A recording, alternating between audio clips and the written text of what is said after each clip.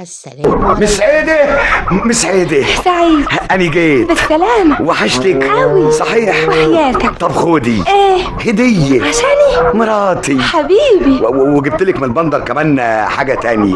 دواء تاني، انا زهقت من الادوية. يا مس عيدة بجملة، مش يمكن ده اللي ربنا يكرمنا بيه. مر يا سعيد. ما هو مش هيكون أمر من اللي أمر منه. ايوه افضل كده انت زل فيا، اصلك انه بكافي ولا كأنه بكيف. سعيد يا سعيد. جات لك اهي، اتفضل كلي. يعني هو أنا اللي قلت لها تيجي ولا أنا اللي ناديت عليه؟ اللي مديها وش. مساء الخير يا سعيد. ما هو بالخير يا هدية. يا اختي ومالك بتقولها من تحت الضرس كده؟ لا ما فيش ضرس ولا حاجة.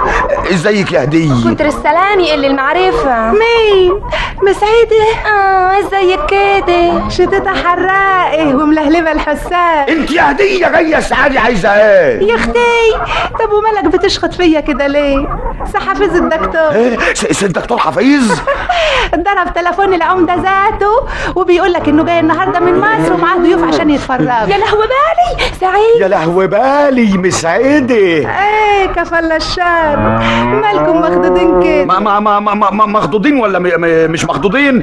انت تتكلي على الله دلوقتي. يلا ايوه، الدكتور مانع دخول اي حد من باب الجنينه، وانت يا مسعدة. يا لهوي لو الدكتور شاف الحال كده. ما تقفيش تلطميلي وتضيعي الوقت.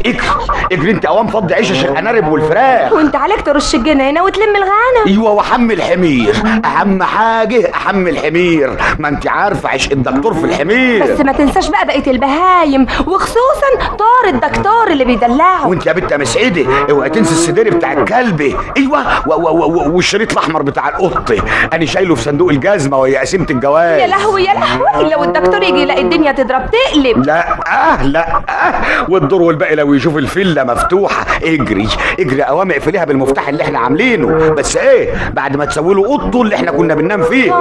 راحت ايام العز وهنرجع تاني اوضتنا اللي في الجنينه. على العموم يعني يا مسعده كلها كام يوم ونرجع تاني. ما انت عارفه الدكتور ما بيطولش هنا يامي. يلا قوام، ده احنا ورانا 100 حاجه تتعمل وهملنا.